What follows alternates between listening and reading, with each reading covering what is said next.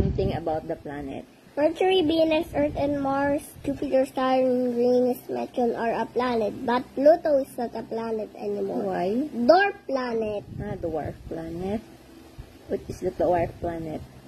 Far away from space. Pluto. Is a Pluto planet? Yeah. No. It's a dwarf planet. Okay.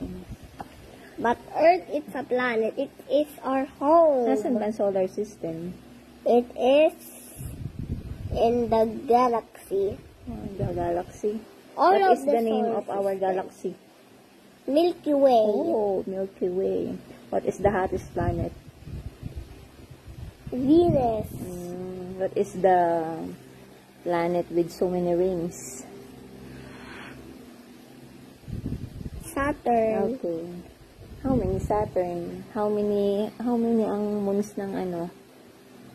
Na 146. How did you know it?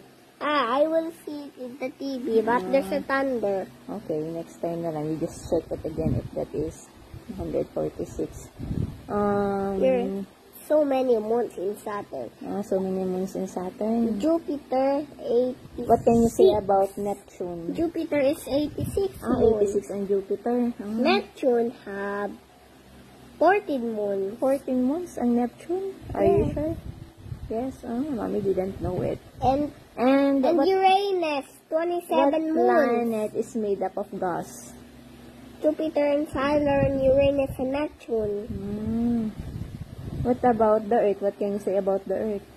It is land and water. Land and water. Venus, Venus is hotter. hotter.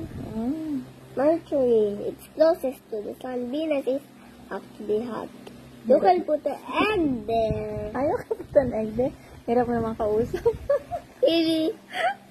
And then Earth, it's here home that you live. But many countries are there. Okay. And Mars is red. what is the color of the Neptune? It's blue. What about the Uranus? Cyan. Cyan. Cyan is sky blue. Just like a Yes. sky blue. Okay.